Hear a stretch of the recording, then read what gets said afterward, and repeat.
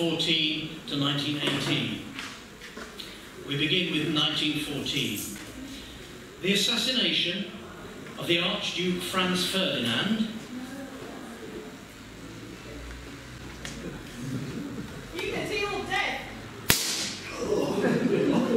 on the 28th of June 1914 may well have been a spark in a Balkan powder keg, but how could we have known that 5 weeks later we would be at war with Germany? Who knew that a network of alliances would lead to mobilizations in Russia, then Austria-Hungary, then France, and finally Germany? In truth, we were more worried about trouble at home. Ireland was divided into armed camps, industrial disputes were commonplace, and the suffragette campaign was descending into a chaos of arson and vandalism. Many here in Leicestershire were probably more concerned over the burning of Blaby Station than a German demand for free passage across Belgium.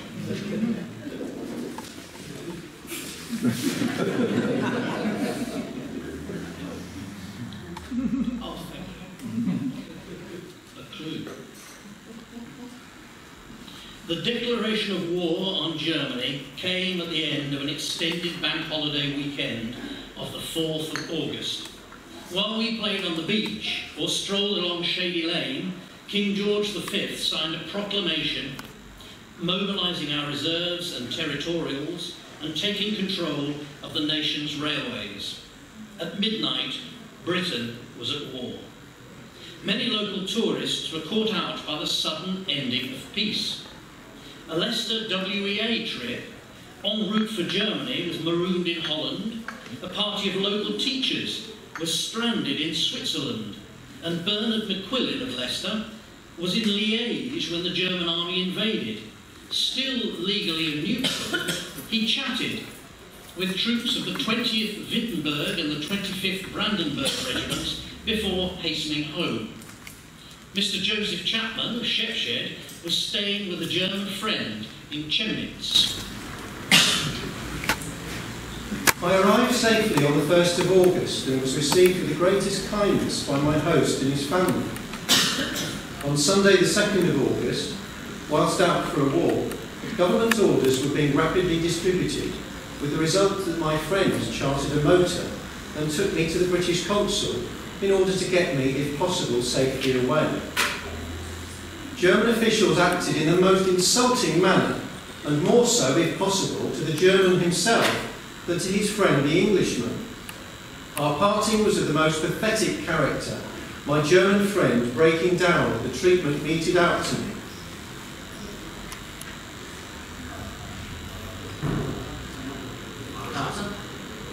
Arrived at the station, I produced my tickets to the station master, who flung them across the hall. I picked them up, however, and hastened out to the platform, boarding the train, which was the last out. Jetzt, siege Sensu, schnell, schnell. By the time Mr. Chapman reached home on the 5th of August, a naval patrol off Harwich had fired the first British shots of the war to sink a German mine layer. The patrol leader, HMS Amphion, then ran into 2 of the German mines and exploded with much loss of life. Although rescued, able seaman Harry Adams of Loughborough was in a poor shape and died a month later, probably Leicestershire's first casualty of the war. In Belgium, the British Expeditionary Force went into action on the 22nd of August.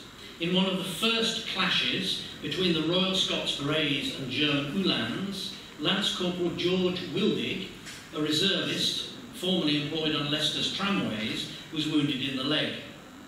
As the German army pressed on towards Paris, the British and French fell back, desperately seeking a line to hold against them. Royal Field Artillery 2nd Lieutenant Arthur Turner of Leicester retreated with them. We've been in this country a month yesterday and I've been in touch with the enemy practically all the time. Old campaigners say that the South African war's a picnic to us. I've undressed twice since I've been here, and boots off at night is a luxury. At present, I have a pretty good beard, which I try to take off as opportunity serves. At home, the War Secretary, Lord Kitchener, set about creating an entirely new army to fight what he knew would be a long and costly war. Recruits flocked in, too many to feed and house, let alone clothe and equip. The magazine in Leicester and the Glenparva depot were inundated with recruits for new service battalions. A Mercury reporter watched them drill. This morning, about 400 of the recruits who were at Glenparva barracks went on a route march to Blaydon and some of the surrounding villages, and everywhere they met with great reception as they marched to the tune of It's a Long Way to Tipperary. Everybody knows at least the chorus of Tipperary, and we're very keen here that everybody should do their bit.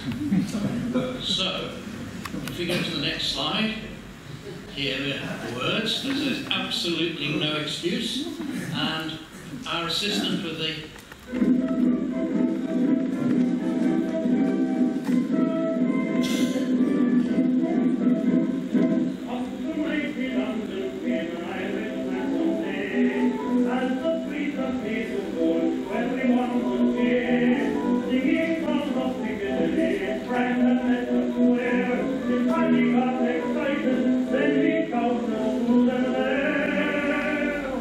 It's a long way to Tipperary.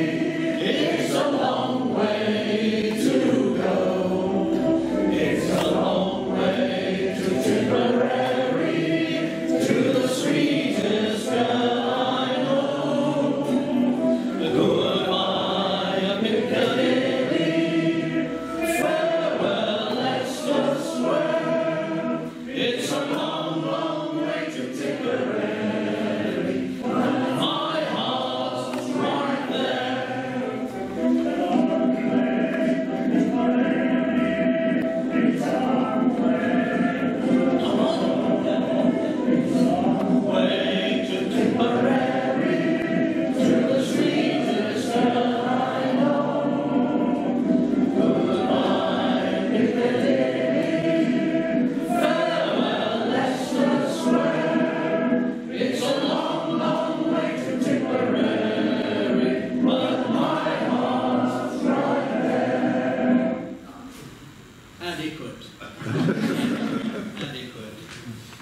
The song was sung again as the service battalions of the Leicesters finally marched away from the depot for active service. They left from Wigston in the early hours of the morning, played to the station by Wigston Temperance Silver Band. Our Mercury man, or woman, was there again. Drawn along the route, they were cheered to the echo, the men replying with 3 cheers for Wigston.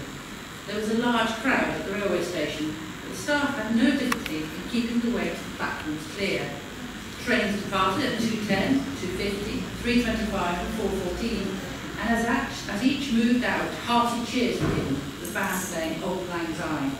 The responding cheers could be heard from the trains for some distance after they had steamed away. Now let's try to recapture that moment. The responding cheers disappeared as the train went down the track. So what we'll do, I'll give you hip, hip, hip, you give me the hooray. The first time, as loudly as we can. Second time, a little bit quieter. Third time, as if the train has almost disappeared out of sight. And we'll recapture that moment. It's quite something if we get it right.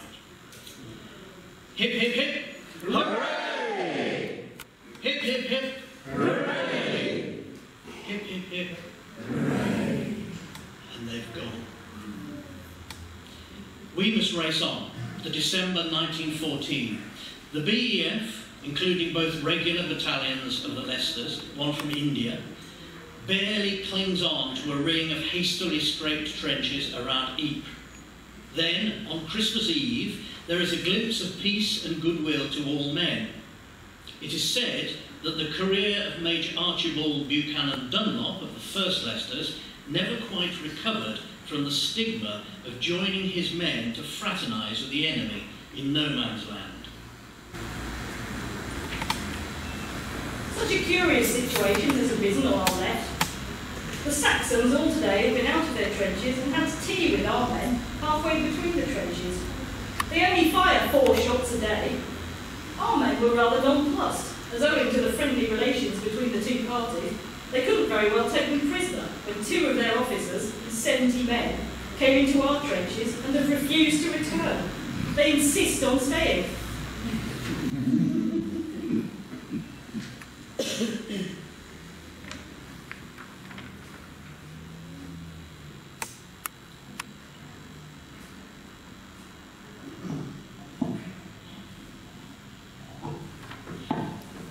The year 1915 began badly. At 2:20 a.m. on New Year's Day, the elderly battleship HMS Formidable was twice torpedoed by the German submarine U-24. She sank off Portland Bill, taking with her 546 of her crew of 780. Amongst those lost was able seaman William Cheney of Humberston Road, Leicester. Stoker J. Farrer of Belgrave was also aboard. I'm still in the London of living, although we had a rotten time of it. 21 hours in an open boat, nothing to eat or drink, and in a very rough sea. Nearly gave a boat. But we never say die until we die. I shall tell you about it on some other day. But we'll get us own back when the Germans bring their fleet out. Within the month, the German fleet did venture out to bombard the British coast. Intercepted by Admiral David Beatty's battle cruisers, the Germans dashed for home, losing the SMS Blucher, an elderly and slow cruiser, most of whose rescued officers ended up as prisoners of war at Donington Park. Warships? No warships. Move on. German warships. In April, a new front opened against the Ottoman Empire with an attack on Gallipoli. Success there would open a sea route to our Russian allies and might even knock the Turks out of the war with a swift blow to their capital, Constantinople. Sergeant Woolman was with the 1st Australian Imperial Division. Being a Leicester man, I thought you would like to hear a few of my experiences whilst on the Gallipoli Peninsula. We arrived about 3:30 a.m. on the 25th of April, and to our surprise, found dozens of other ships laden with troops. At 4 o'clock, a terrific bombardment opened. The sailors on the steam pinnaces were the real heroes. They went backwards and forwards, conveying the troops ashore under heavy shell fire. We could see the troops quite plainly when they landed, running up the little cliffs under cover. At 10 o'clock, we steamed up to Anzac Cove, while the Australian and New Zealanders landed, and there was a terrible bombardment there. We got close in, but soon had to move out because of the Turkish shells. Sadly, that campaign, like so many of the Great War, swiftly bogged down into the same pattern of trenches, barbed wire and machine guns as the Western Front. Our ally Serbia was in trouble too. In January 1915, Flora Scott had closed her nursing home on University Road in Leicester, and with 2 of her nurses departed to work for the Serbian Relief Fund. Flora joined Lady Paget's hospital unit in a school building in Skopje. During her 6 months out there, she faced the full horror of the typhus epidemic which swept the country. It must have been a trial, Miss Scott. Tuesday I went up to the fever hospital. Lady Paget was ill and done up. Before the day was over, we knew she was down with typhus. At this time, there were almost 200 patients in the wards, and only a probationer and I to cope with him. We did as well as we could. When the nurse fell ill, I was left alone, almost 10 days with 300 patients. Austrian prisoners my only help. Besides typhus, we had 2 cases of smallpox, a few dysentery, 1 or 2 cases of diphtheria, and a scarlet fever case. I don't quite know how I managed. But we must hurry back to home waters as the Cunard liner Lusitania, due to dock in Liverpool in a few hours, is just passing the southern coast of Ireland. It has been an odd voyage, beginning with German warnings to potential passengers and the unexplained withdrawal of normal Royal Navy escorts. Despite a cargo of munitions, much disguised as dairy products, and many American passengers, it is almost as though the British want the ship sunk. Shortly after 2 p.m. on 7th of May 1915, a single torpedo from U-20 struck Lusitania's starboard bow, sinking her within 20 minutes. Of 1,962 aboard, 1,191 people were lost with the ship, including William and Jessie Bailey of Shepshed, Tertius Warner, brother of Enderby's postmistress, Nellie Cooper and her infant son Joseph of Leicester, and Emily Booth of Hugglescote. Here is Thomas Snowden, another native of Leicester.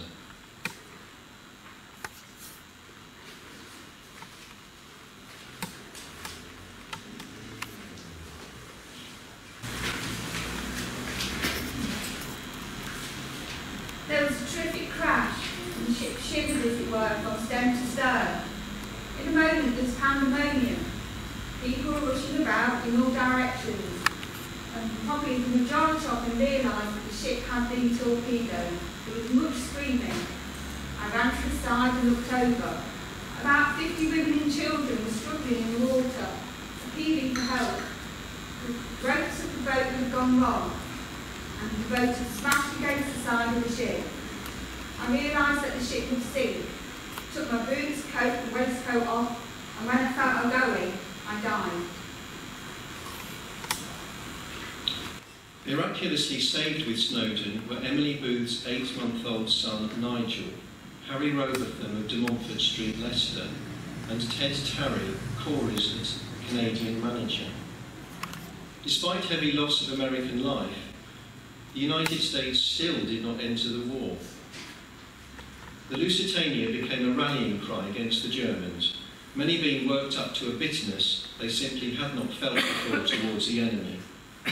A new recruiting office opened in Leicester's Town Hall, and everyone from William Buckingham VC to a Caledonian pipe band were called upon to aid recruitment. Captain Herbert Simpson represented the Territorials.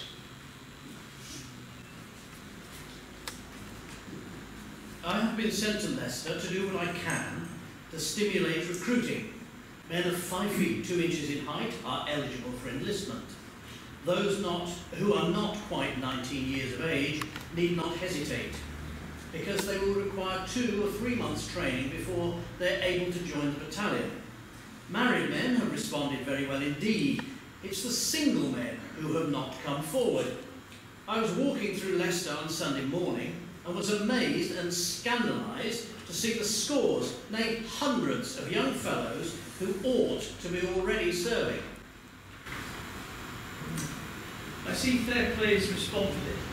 Concerning the young men who are still walking about our streets, 3 parts are on army contracts and the War Office has sent word to the boot manufacturers on army work that they are not prepared to enlist men employed on army goods.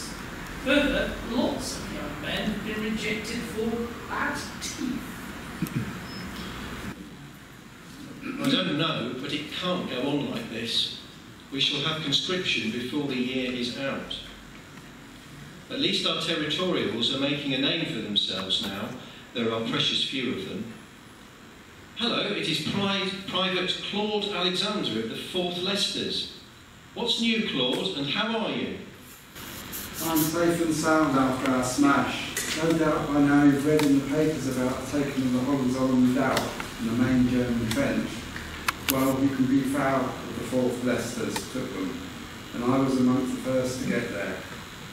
Our orders was to take the village about 1,200 yards away from our lines, but owing to the fact we could not get the reinforcements up fast enough, we had to retire about 200 yards back. We got as far as the 3rd German lines, but they were too strong for us, for their trench was absolutely packed with men waiting for us. We had to pay for the price for it though. We went in 659 strong and came out 181.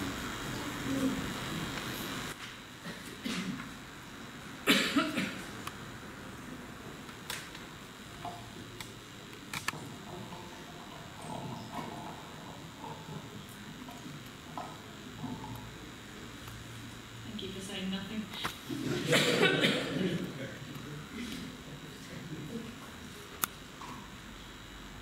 It was as though we all drew breath in 1915, holding the lines and waiting for reinforcements. On the 5th of January 1916, the Military Service Act became law, and waves of young men found themselves conscripted for military service. Some objected on grounds of family need, business, and a few, conscience. One local conscientious objector was Horace Twilley, who found himself at the Glen Parva depot. I was brought before the CO and told I was supposed to, and I told him I was supposed to ward and that I could not obey military orders. I was sentenced to 28 days field punishment. After leaving the office, the sergeant gripped me by my collar and said that the punishment would break my bloody spirit. I refused orderly work, which was part of the punishment, and was out in irons for 2 hours. The corporal told me he hoped to be one of the shooting party when my time came. Tuesday morning I was stretched out and rushed to the parade ground, where I was pulled around hour after hour by one soldier after another, scores of soldiers laughing at the front. This morning I was told there will be no more court-martials. We are going to make you soldiers, not prisoners, my lad. Willie! Mark-face! There!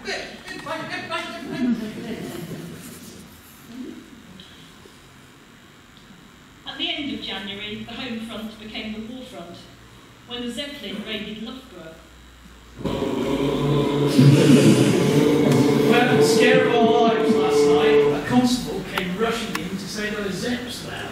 We could hear the strong beat of the propeller. They dropped 2 bombs in the rushes, right in the road, between the gasometer and the electric power company, and then one behind the technical, where there were about 100 students, mostly girls, learning to make munitions.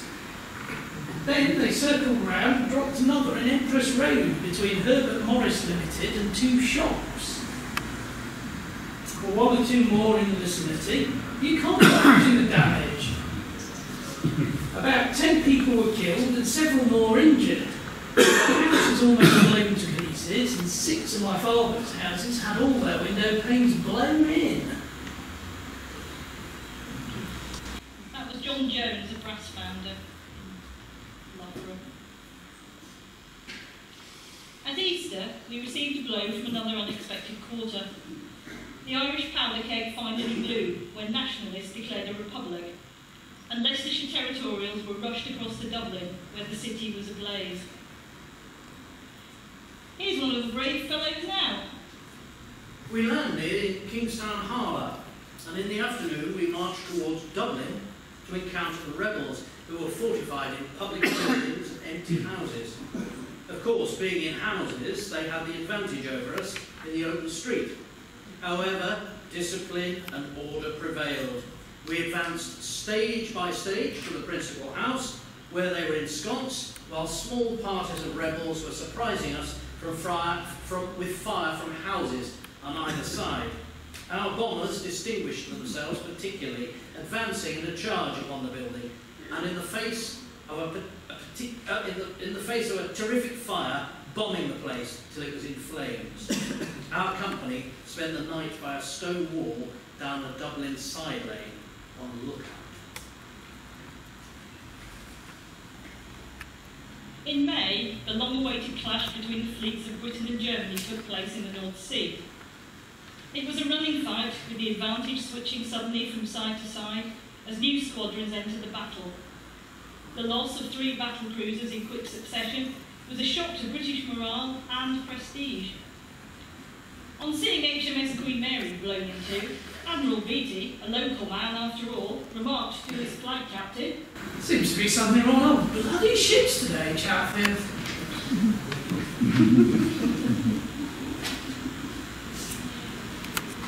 19 local men were lost with her, including able seaman Herbert Ward, whose medals and personal effects are in the care of the Record Office, and you can see them in the case over there. Neither side emerged victorious, and while tonnage of ships lost pointed to a German victory, their rapid departure home and failure to venture out again suggested that Britannia still ruled the waves. Sounds like a cue for a song, but you'll be relieved to hear we're not going to have one. Gunner Adams, a Hinckley man, serving aboard the British flagship, was certainly in no doubt as to the victors. That was about it. There was only one thing that we're not satisfied with. That was the Germans wouldn't stop long enough to have a final smash at them and put them down under the water and wait for good. They were all right while they were firing on an inferior force, but oh my, as soon as Admiral Jellicoe came along with his great battleships, they quickly made a miss. I don't expect those sausage yapplers will want to come out again for a long time after a taste of the British Grand Fleet. Maybe not.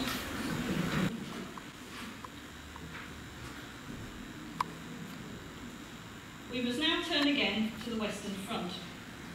On the 1st of July 1916, the Big Push was launched against the Germans on the Somme. Leicestershire's territorials attacked at Guncourt, north of the main assault, but swiftly ran into trouble. Here is a Melton lad, a pork pie cruncher of the 1st 5th Leicesters. Come in, lad, tell us about it. The new attack was to start at 3:30. Our artillery opened fire. We started to move forward. The staff had stayed put. They had not been told when to start. What a bloody mess. Trenches clogging men, it was hopeless. But we're ready to go. Colonel Jones gets new orders. Cancel the attack. Saved. The mass slaughter will not happen today. Further along the Somme Valley, the slaughter was not stopped. In a single day, the British Fourth Army suffered 57,470 casualties, of whom 19,240 were killed. Gains were made in the south, and the offensive continued there. On the 14th of July, the Leicester Brigade of the vast new army created by Lord Kitchener was launched against Byzantine Wood. Let us join those Leicestershire lads in their hastily scraped trenches, awaiting the signal to attack. Rifleman Giles Eyre is attached to the Leicesters for the attack. An officer and sergeant major of the Leicesters appeared in the trench with a rum jar and spoon and proceeded to dole out the spirit.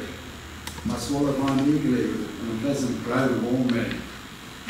Everyone became keyed up and excitement pervaded the ranks.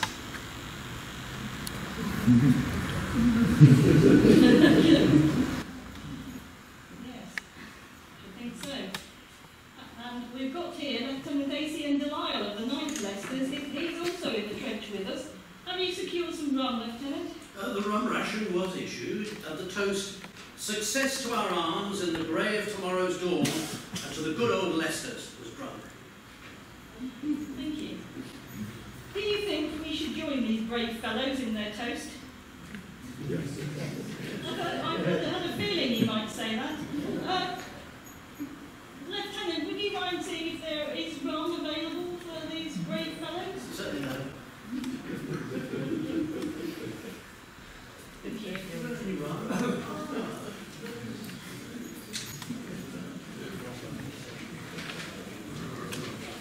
We can have a song while we're waiting for the rum, if you want.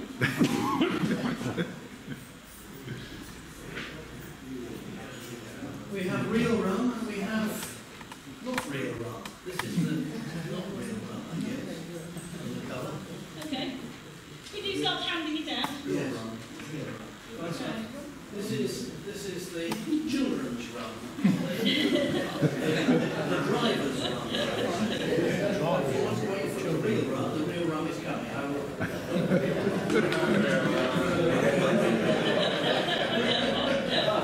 What a surprise! The real rum. Very good. This is the children's, yes. When we have school parties, if we do actually do a children's rum ration, in some so far we haven't received any complaints from parents. Surprising. No. So when you've got your run, let me tell you about the This is the run not ration. real. The real is behind you. Not real? No, no, fine. No. While the run ration's been handed out, you'll see in your programme that there's a bit of information about it. We don't know a huge amount, but we know it was done from the British colonies. Have we got enough rum?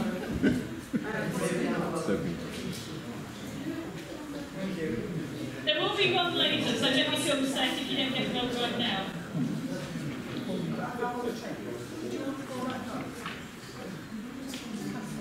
So the soldiers were issued with 70 ml of rum, which is a good triple. Which you had to drink down in the presence of an officer. So when you get your rum, could you hang on to it? If you can. Just for a moment. And we'll do the toast as Lieutenant Delisle. So yeah, just hang on to your rum. Has everybody got rum over there? Yes. I think over there they haven't got rum.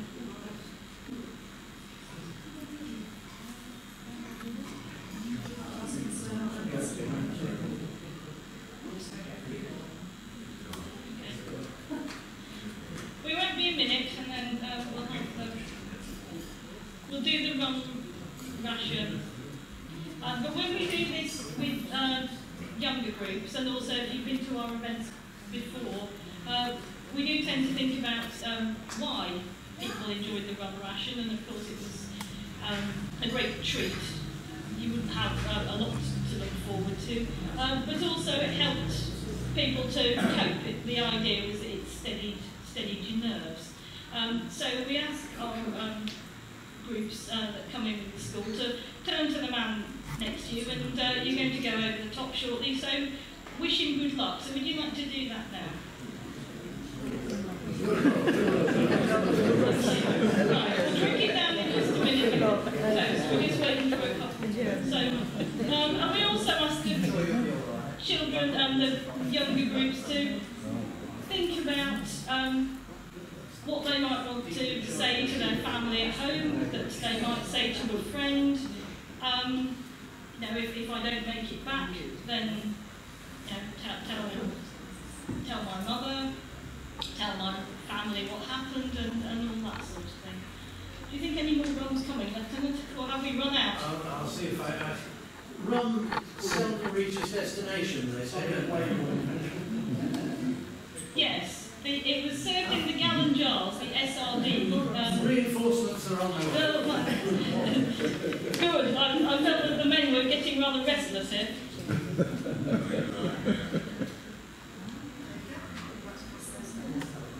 Am I getting one? I feel I've been missed out somewhere.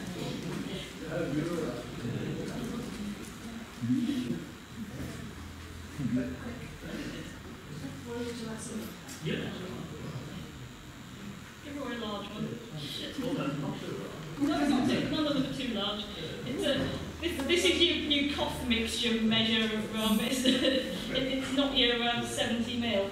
So if you raise your glasses, do you want to do it just a lot?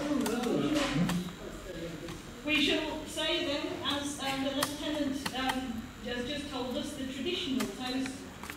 Success to our arms in the grey of tomorrow's dawn, and to the good old Leicesters. Drink it down, please. No saving it, no hoarding it, no doing anything else with it. No sipping it.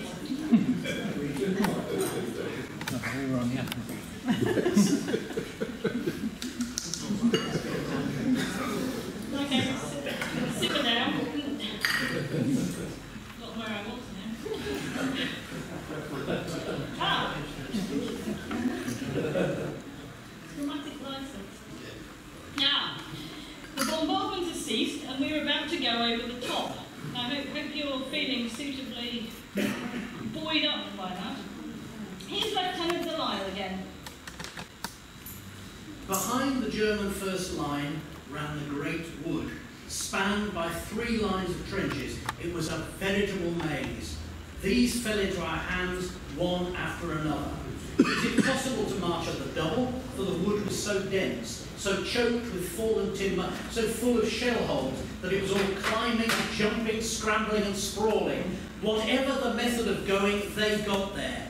Trust the tigers for that. Quite so. The capture of Presenting Wood was a triumph, but with terrible losses. Nearly 2,000 men from the 4 Tigers battalions alone. The attacks continued, slowly gaining ground and grinding down the enemy, but by September at the cost of 250,000 men. On the 15th of September, a new weapon was deployed in support of the Leicester's attack on the Quadrilateral, a network of trenches guarding the Morville Ridge. As the 1st Battalion War Diary noted,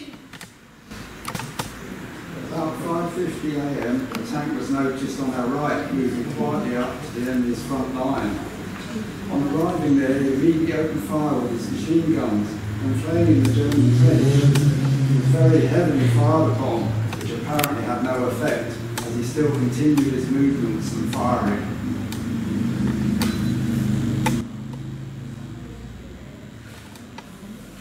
you can't tell us, mate. Despite the first ever use of tanks, the Leicester still suffered losses of 14 officers and 410 men. The Quadrilateral remained in German hands, and the Somme campaign ground on until winter made further attacks impossible. Ah, here is Annie Burrows, whose husband is at the front. Come in, Annie. Tell us how Alf is getting on. I don't know. I wrote a letter to him a week ago.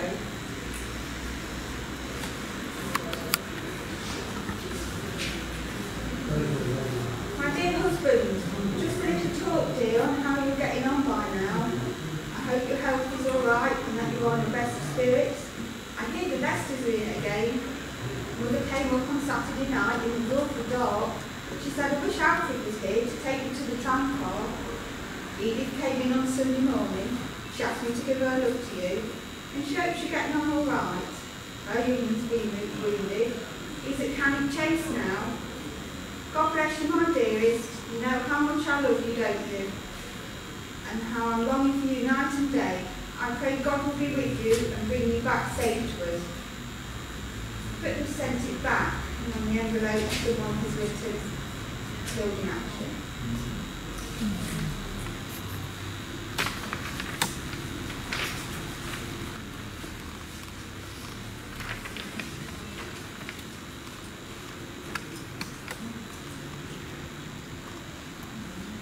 It was a weird-worry war that greets the new year of 1917. There is a stalemate on the Somme and in the North Sea. The French have held Verdun, but Serbia has fallen, and both Russia and Italy are on their knees. In Mesopotamia, a British army has surrendered to the Turks, and in Africa, a tiny German force runs rings around the Allies. At home, our base hospital has grown to be the 3rd largest in the country, and you can judge the progress of an offensive by the frequency of ambulance trains. Almost one a day at times. I am Miss K, and you catch me on my way home from duty with the VAD at the station. It's a wonderful experience. Everybody's calm and alert. The nurses look like ghosts in the dim light with their long black cloaks which flutter as they hurry about the platform, carrying the urns and trays of biscuits, chocolates, etc. Then the train arrives. It glides out of the darkness into the dim light of the platform, a long, ghost-like shape. Slowly and yet more slowly it moves. You are fascinated for the moment, and then you realise that it has stopped. There's no jar, no sound, it just comes. Then the unloading begins. The doors are opened, and the soldiers are carried to the ambulances, which slowly disappear into the night on the way to the base hospital. Nobody speaks. Everything is quiet and orderly, and when all is finished, there is a cup of coffee for the nurses and the ambulancemen, and we are dismissed. Leicester is a very strange place at 2 o'clock in the morning. Do you know, I remember 1970 as though it was yesterday. Good times and bad. In February 1917, the Germans unexpectedly withdrew to their new defensive line, the Siegfriedstellung, abandoning a vast tract of land to which they systematically laid waste. Ernst Junge, a rotten Hun I expect, who had spent the past 6 months fighting our tigers on the Somme, was both impressed and appalled.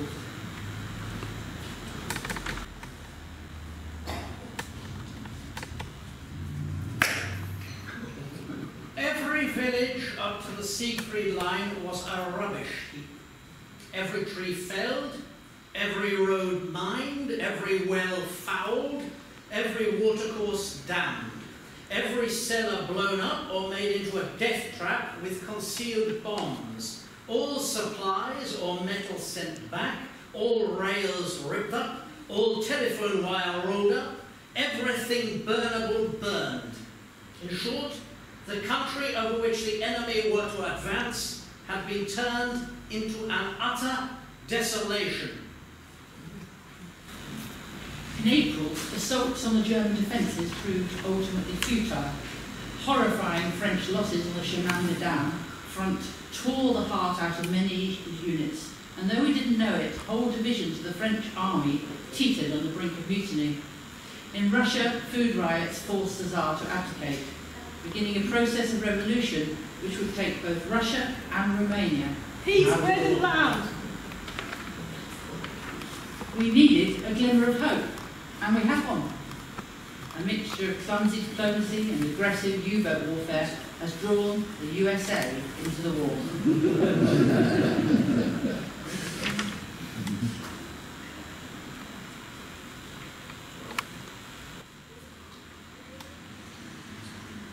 There's a hint of what's about to happen now. Right, there we are. I think if our assistant, just a moment. Now, you did so very, very well last time, and we are so very, very pleased that the Americans are now in the war. They're late, they do tend to be late, but they're here. They're over there, over there. Right, so, everybody knows this song. Yeah, of course we all know this song. So, Mr. Music, if you please.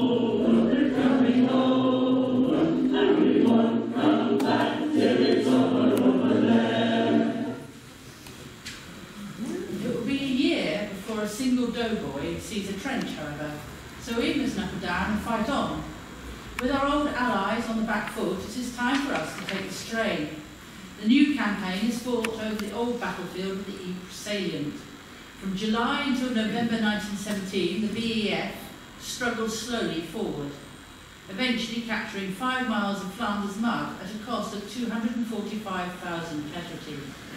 This Passchendaele campaign has settled into the public mind and imparted its unique horror of mud, shelling, wire and gas to the whole war. The futility of an army drowning in mud is by no means a modern idea, however. Here is Captain D.V. Kelly, a staff officer with the Leicester Brigade, who recalled the campaign in 1930. Time scatters the poppies of oblivion over most things, but the lapse of 12 years has not effaced the impressions of sordid horror and melancholy which this period of the war engraved on the mind. The general setting was inconceivably dreary and miserable. Death or frightful mutilation by shell fire were ever at hand, and the effort and sacrifice demanded of our army, and willingly made, is scarcely credible. When one compares the results with the dogged tenacity of infantry, gunners and transport men under loathsome, nerve-wracking conditions and the utterly prodigal expenditure of munitions and technical resources of every kind, one feels resentful of the doctrinaire fanaticism which kept the machine driving on at top pressure, month after month, as though the gain of each few yards of waterlogged craters was worth any sacrifice. One felt at the time that the superstitious belief that every casualty we had was bound to be offset by at least one German equivalent had fascinated General Headquarters and temporarily destroyed all sense of reality and proportion, creating a veritable madness for offences.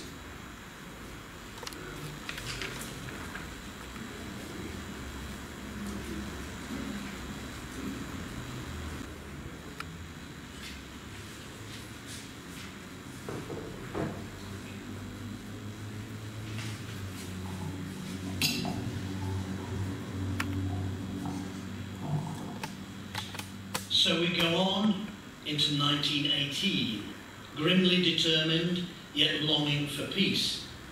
We cannot wait for the Americans to arrive, but neither can the Germans.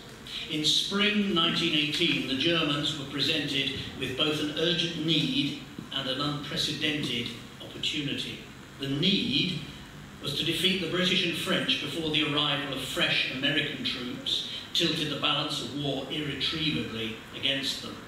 The opportunity was peace with Russia, cynically arranged between the Germans and Bolsheviks, which suddenly released nearly 50 fresh divisions for a succession of offensives designed to seize Paris and drive us back to the Channel ports. The first offensive, Operation Michael, began on the 21st of March with a 5-hour bombardment of high explosives and gas. When the shelling ceased, dense waves of stormtroops and pioneers, concealed by thick fog, smashed through the devastated British lines. Only a few isolated pockets withstood the onslaught. At Epee, the service battalions of the Tigers held back the German tide for 2 days, losing the 1,300 casualties, but earning the sobriquet the Floodbreakers from their enemy. Ah, good luck. A signal. A signal, sir. Excellent. Signal, read it out for us, would you please? Very good, sir.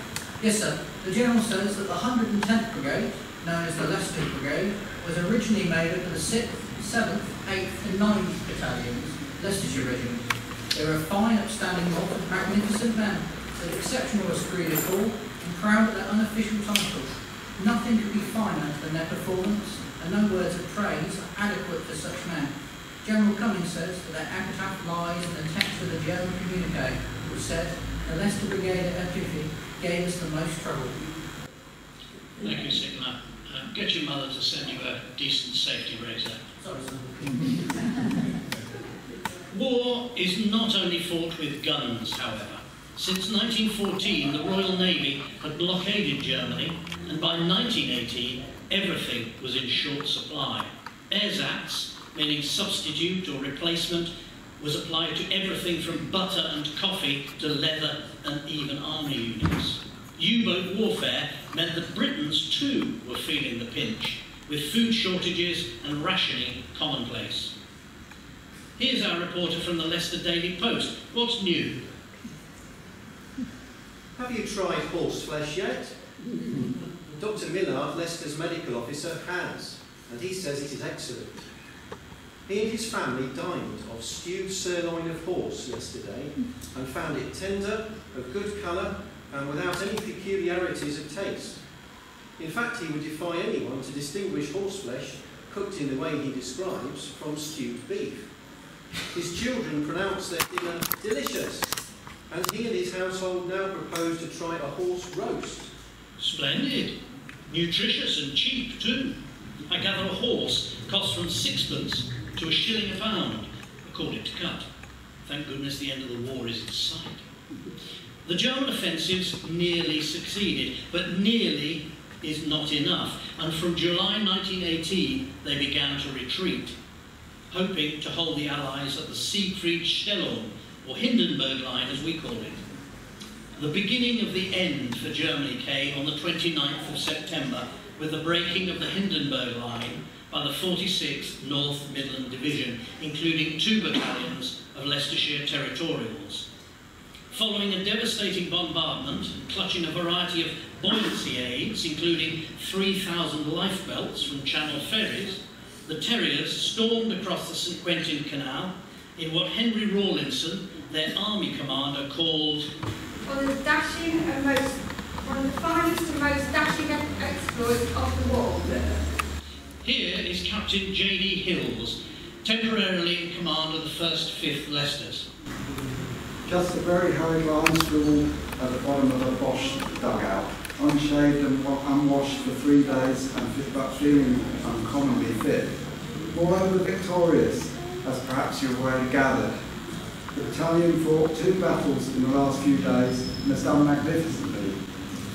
5 platoons of ours, at most 130 men, went clean through a village held by 3 Bosch battalions, brought out some 150 prisoners and killed most of the rest. I don't believe any troops ever fought better. Even the wounded were yelling with delight and cheering. The end is in sight. Germany's allies are collapsing. In September, Bulgaria, attacked from Salonika, sued for peace. The Ottoman Empire was also disintegrating as British and Indian troops advanced through Mesopotamia and seized Baghdad, then Mosul, and finally Palestine from the Turks. At the beginning of October, even Austria sued for peace as her empire broke apart into separate republics and kingdoms. By November 1918, Germany was on the brink of revolution. Her navy had mutinied at Kiel, and on the 9th of November, her generals told the Kaiser that it was time for him to go. While Germany's representatives crossed the lines to discuss an armistice, Kaiser Wilhelm was travelling to exile at dawn in Holland. His first request on arrival was for a good cup of English tea. It is perhaps time for us to have a cup too. But before we do, let us consider the cost of war. Let us hear from Leicester author Michael Green, whose father lost his arm serving with the Canadians and for whom the war was ever present.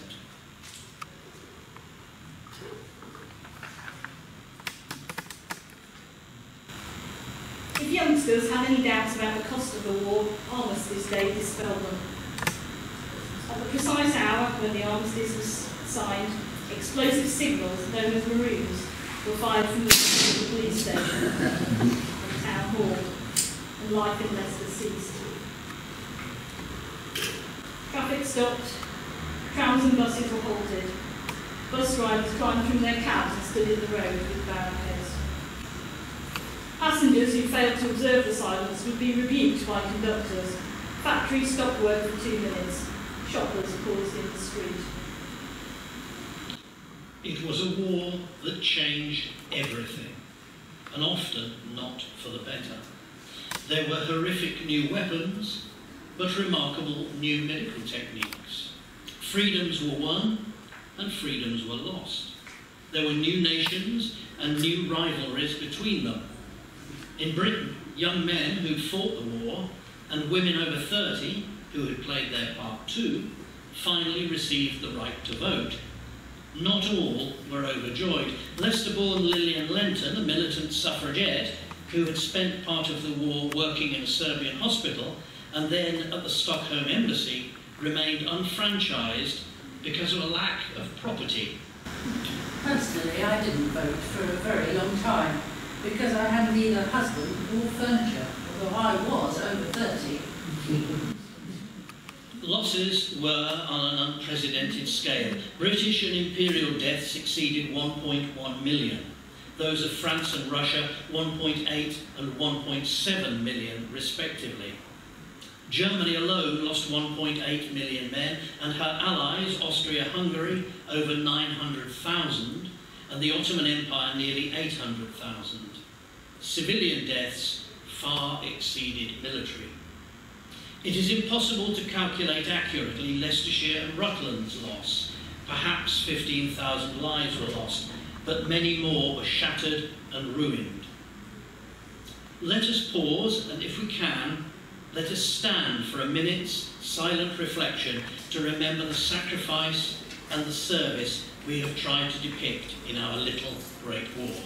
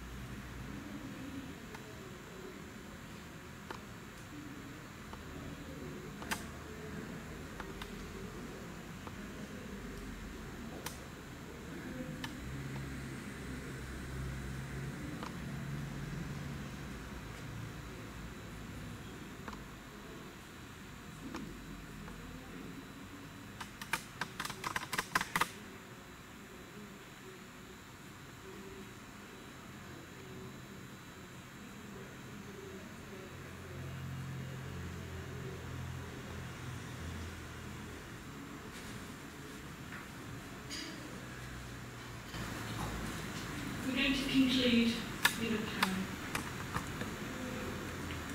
What are you guarding, man-at-arms? Why do you watch and wait? I guard the graves, said the man-at-arms. I guard the graves by Flanders farms, where the dead will rise at my call to arms and march to the men in gate. When do they march then, man-at-arms?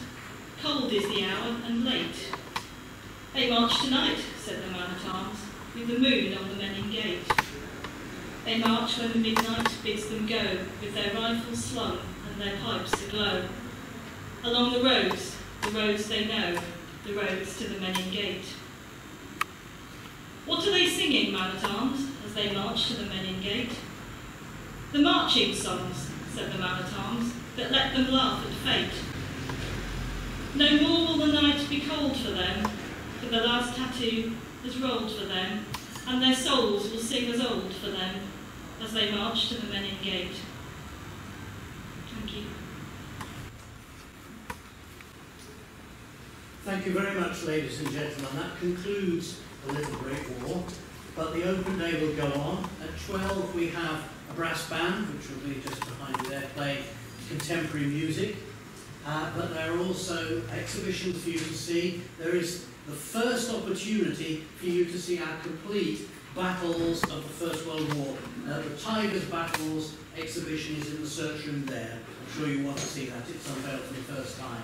We have, as a contrast, we have an exhibition of conscientious objectors in the second search room, and there are, of course, tours of both conservation and the strong room, the parts of the building not normally open to the public. And there will be food as well. I'm particularly looking forward to the bully beef sandwiches myself.